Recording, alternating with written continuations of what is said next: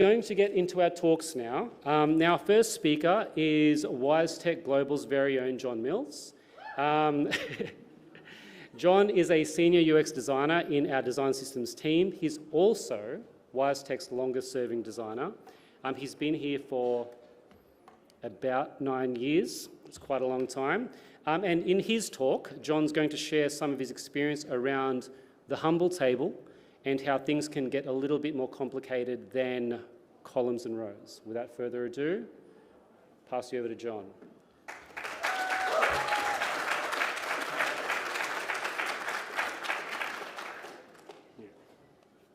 Good.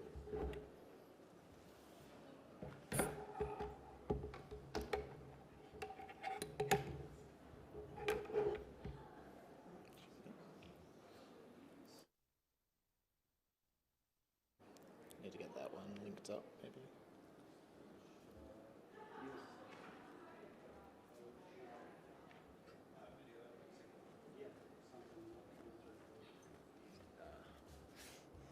Oh, has it gone opposite speaker notes? That's a different PC, that one. Well, that one's Casey's machine. Did you want to use this guy? Is that? Let's give that a go. Let's see if we get any luck. Oh. 2 seconds, I'll see if we have it.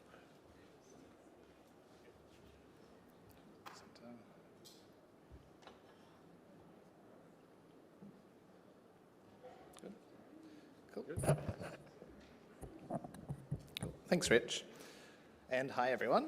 I'm John, a senior UX designer here at WiseTech Global, and I work in our design system team on our design system called Supply. I've been at WiseTech for a bit over 9 years, actually starting my time here as a developer before quickly moving into design, my true passion. When I started, there was only one other designer at WiseTech, and in the past few years, a lot has changed, and we've grown rapidly to almost 30 designers, or maybe a bit over. Today, I have the pleasure of talking to you about tables of many talents. But why tables? Surely it's just rows and columns. Well, for us at WiseTech, a table isn't just a table with data in it. It also contains filters and sorting and conditional row colors and many other customization features that all come together in one of our most used components across all of our platforms. Very talented tables indeed. Around September last year, after returning from parental leave, I was tasked with diving as deep as I could into the world of tables, with the aim of producing the best possible table for our new design system. Over the years, some of my work has touched tables in some way, shape, or form, but never a holistic redesign. For such a large research effort, we decided to create a working group to divide and conquer and, of course, collaborate. The group included myself, Rich, Kaori, and Luke. We started with an audit of our current tables, evaluating what they do well and what can be improved. Today, we have a few iterations of tables across different parts of our flagship product, CargoWise. For example, this one from our desktop application, and this one from our first foray into the web many years ago. In the hands of a logistics professional, they'll be performing very similar tasks in each of these tables. However, they look and function quite differently, which has an obvious impact when learning and how to use them and having to switch between them. Through auditing our current versions, we were able to establish criteria that helped us evaluate competitor solutions. The main ones we focused on were Airtable, Notion, and Monday. And while not competitors in the logistics space, these enterprise tables had similar levels of complexity and customization that we could learn from because they were inherently flexible. In addition, we spent time in our customer request portal, conducted an internal survey, and interviewed designers, WiseTech partners, and other stakeholders to gain insights from a range of perspectives. Coming out of the research, we identified over 50 features, or talents if you will, with recommendations for each. And no, I'm not going to go through all of them, but I'll touch on a couple of interesting ones. The research helped us establish 3 design principles for the redesign. They were cater for context, embrace customization, and maximize workflow efficiency. In our system, when a user wants to find a record, they are often presented with a table such as this one. The user has to open it to edit the record, essentially using that table as a jumping off point. Let's see if that one's playing. There we go. That's not to be confused with this table, where the user needs to directly edit the data contained within it, essentially using that table as a working surface. You may have noticed that they currently look very similar, making it difficult at times to know what you can do with any given table you're presented with. When exploring how we might make this distinction clearer, there was a careful balance to strike between making them distinguishable while still ensuring they both feel part of the same family. In our new work in progress concept, for the working surfaces, we use grid lines to emphasize the editable nature of the cells, which is a common pattern across many applications, such as Excel. The editable nature is further reinforced by the hover treatment, signaling that the cell is interactive. Whereas for our jumping off points, we decided to retain the zebra stripes to assist with readability when identifying records and interpreting the data. In addition, while hovering over a record in this table, the whole row receives the hover treatment. This is in contrast to the cell hover treatment for the working surfaces. This helps illustrate to the user that a click would target the whole row rather than just the cell. The research showed the importance of being able to morph the tables into representations that suit any given user's needs. The effort users put into configuring the table just right is substantial, so being able to save, edit, and share these sets of configuration is very important. An example of such customization is the ability to hide and show columns. When looking into competitors, we realize that the common approach they take isn't quite as suitable for us in our context. These tables typically start off with very few columns and have the ability to manually create columns of various data types to add to your table, such as this one here. In our world, it is quite the opposite. You usually start off with a lot of default columns relevant to the product area. You then have the ability to add or remove columns to suit your individual needs. In some cases, the list of available columns to choose from can be in the hundreds. So for us, it's more important to optimize the searching experience rather than the column creation experience. What we did here was retain the current paradigm of having side-by-side lists of available and shown columns and primarily just refresh the look and feel. While these two interfaces look quite different, they are affording similar choices, such as searching, adding, removing, reordering, and resetting. This made it easier to embrace because we were aligning with user expectations. When we're dealing with a tool for professionals, efficiency matters. For us designers using a tool like Figma, it means keyboard shortcuts, quick actions, or even plugins. For professionals using our product CargoWise, it also means keyboard shortcuts, as well as mechanisms for bulk edits and easy ways to find favorite or recent items. Essentially anything that can help speed up the user's workflow. When designing for professionals, sometimes this comes at the cost of discoverability and not necessarily following what we considered best practice. But these features aren't the only way to accomplish a task. They're shortcuts, and they're for professionals who spend hours in the tool.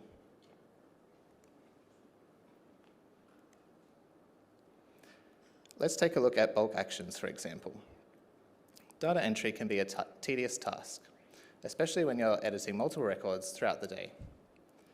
So what we wanted to achieve with bulk actions was to provide generically applicable actions in a familiar location, such as the ability to clone, favorite, and delete, in conjunction with contextual actions relevant to the particular table you're on, which could be something like changing a status or simply opening multiple records at once.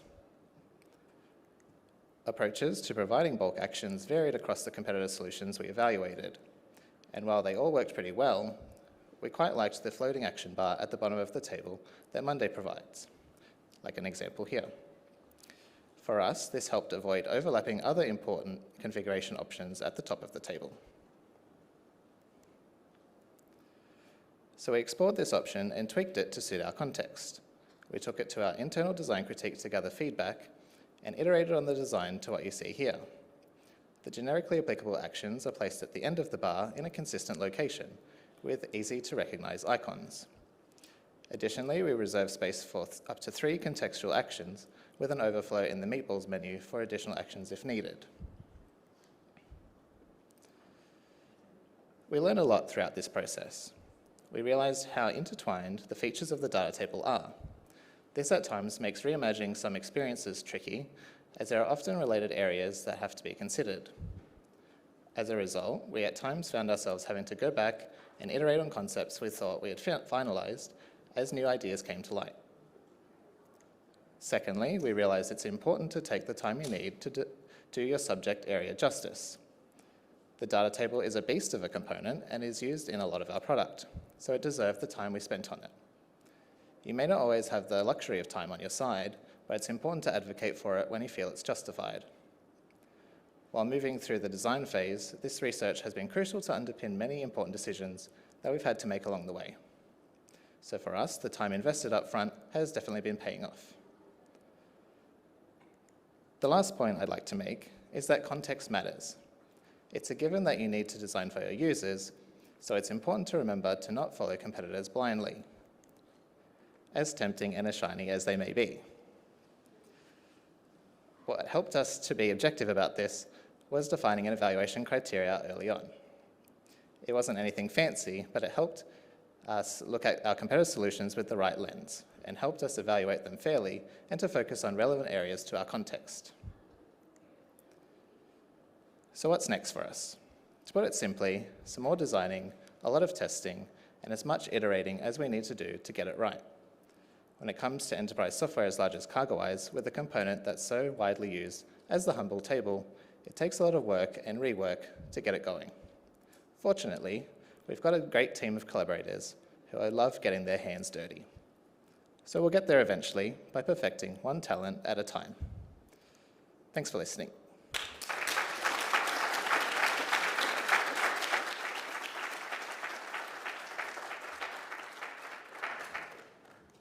Awesome. I'm going to get this, and hopefully this isn't going to make my screen.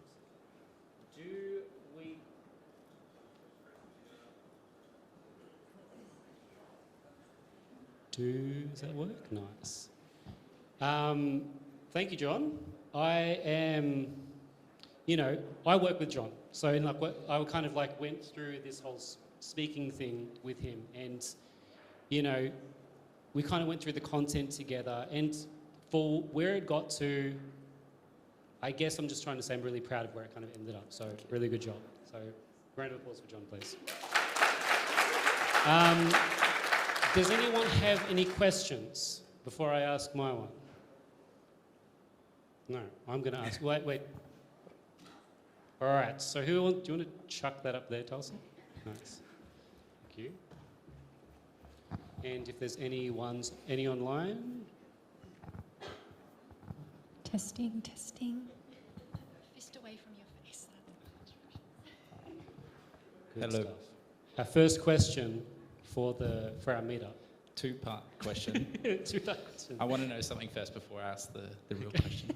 How long to date have you spent working on this particular project? We started the research, at least planning it, in September last year.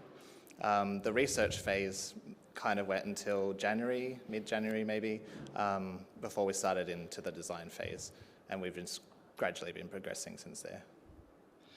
So I'd say, as someone who doesn't have the privilege of working for a company that has a dedicated design system team, we're 3 designers with 80 developers. Good ratio. Would you have maybe any advice for me or my team who doesn't have the privilege of spending 3 months doing research on one component? Any advice?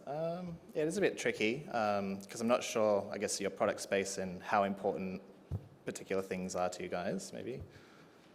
Could you clarify a bit on your product space? I'm I work with a range of clients, different industries. Essentially, as a consultant, you would say Okay. maybe only spend a month on one project. Okay. Designing, move on to the next thing. Quite frankly, I'm jealous that you guys have the luxury of spending all Yes, that it is a time luxury for us. on one thing. Sorry, I know it's a loaded question. A bit tricky to say. I guess it's important to prioritize your users as much as possible. So if you can speak to them, obviously do that if you can, if you have the time. But for us, I think the most important part of our research was the competitors that we looked at, because these companies have these big design teams that spend a lot of time in getting things right for them. So we took a lot of inspiration from them, let me say. So yeah, I guess quickly looking online is a good way to get going without having, if you can't spend the time doing research and tagging and all of that. Yeah, I think the competitors for us was the most important bit. Great, thank you. We'll talk later. Yeah, let's talk later. We have a question down the front as well. And any online? No, we're good? Thank you so much. I wanted to ask, have you ever come across the situation where you need to represent hierarchical data in tables? And do you have a good solution for that, or any thoughts around that? Yes, we have. We've gone through, I think, a few iterations of that. It's still in the works, perfecting it. I think the current one has some like chevrons, like accordion style, for some iterations of it. And then we also have like a tree version, I think was one area that we explored. But yeah, it is one we've come across, and it's a bit of a tricky one.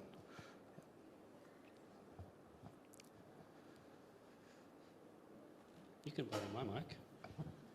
Thank you. Just wanted to ask, you mentioned that, obviously this whole process took a really long time. How did you get business buy-in? Like, did you have to make much of a business case to get this project going? And then if you did, how did you make a business case to work on this for such a long duration? I guess it wasn't really me making the business case. It was more Maddie and Mark, our design system lead, coming to me and saying they want me to work on it because they already saw the importance of it. So it wasn't really me making a business case for it. I think we already had seen it being used so much, so it was kind of an obvious one for us to spend some time on it.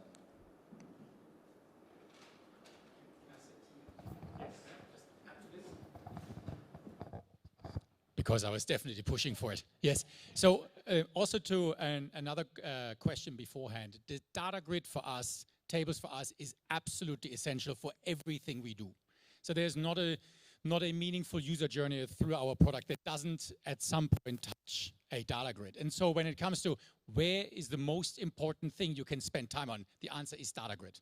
And so for us, that made sense to work on it early, and it made sense for it to do it really thoroughly and give us basically asking how much time do you need? Okay, then that's the time we need for that because it will pay off later.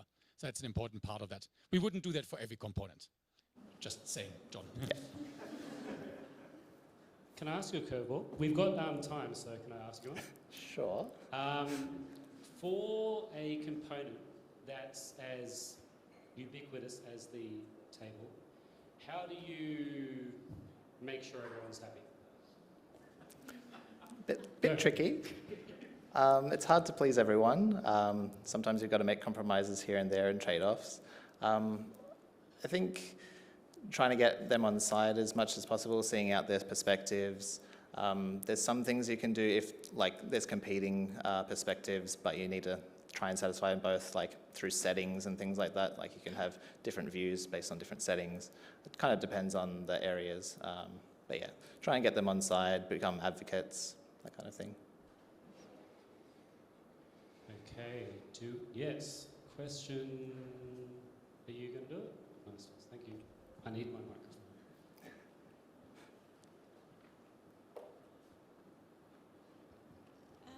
My question is around how do you measure the success of that? So one thing that you mentioned was around maximizing the efficiencies. And I think in terms of the table, for example, for users who are really trying to complete all the repetitive tasks, how do you measure that? Because I would assume that,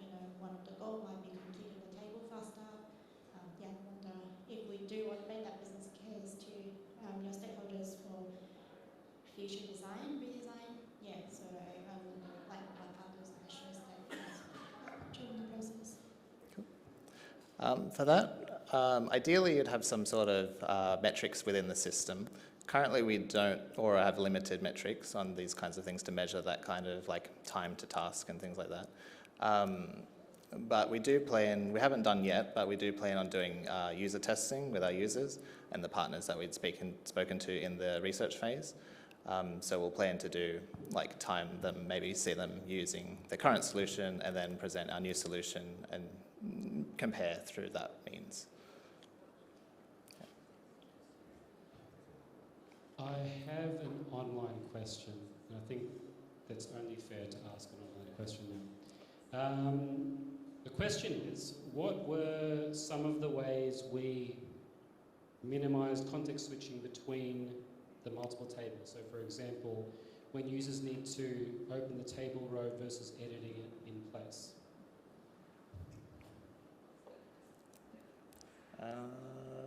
Context switching. I mean, we present them in different ways, so we kind of indicate that they're going to be doing different things by presenting them that way. I don't think you could really prevent the context switching altogether because we are still using them as jumping off points, and then you go into it, and then there's an editable working surface. So you still have to use both and switch between both, so we're not really preventing it so much. I guess I'll extend on that a little bit. I suppose in our context, when you compare it to, say, Airtable or Notion, where those tables are inherently, you know, flexible, right? You can edit in place, you can kind of go into a record, open it in a sheet. For us, the paradigm is different, right? Like as you explained, is the jumping off point and the working surface. So, yeah. Yeah. Cool. I did have another one. Are the tables you're using based off existing table components or open source packages? Ooh. I think the first foray into web one that I showed, that one was initially based on Knockout.js, and then the latest iteration started as Viewdify, and we've been making it our own. And I think we're going to start off making it our own and then eventually build it ourselves. Nice. Because there's some limitations with the Viewdify that we can't get around. Cool.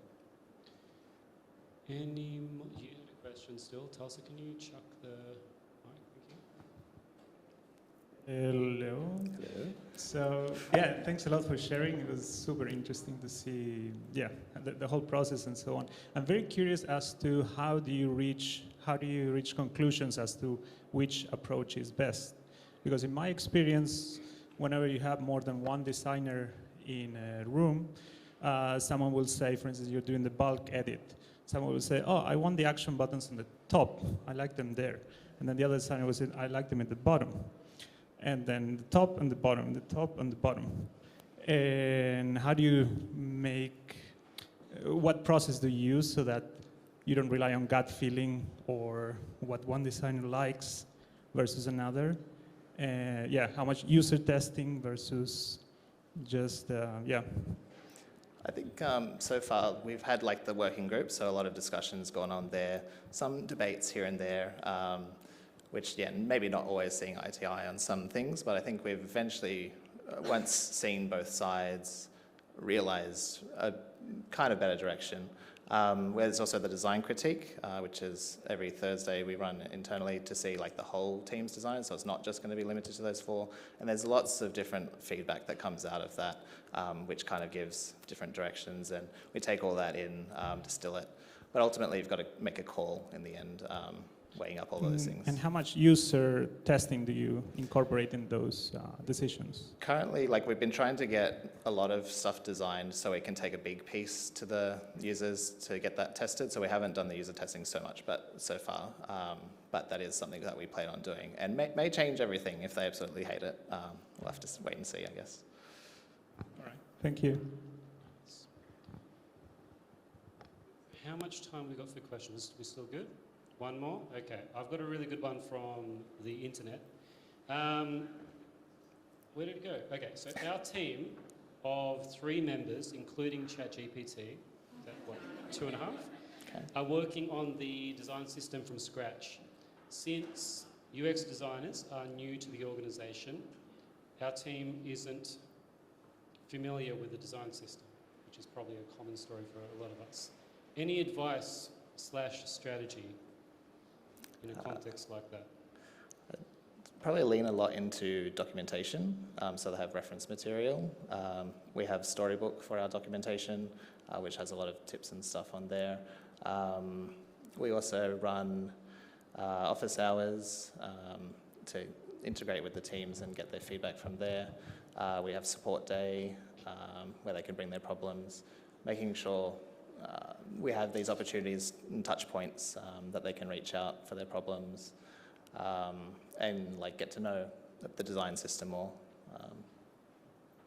Nice. That's a lot of questions. Thank you. Handled them very well. So that's, yeah, thank you, John. Like we'll Thanks,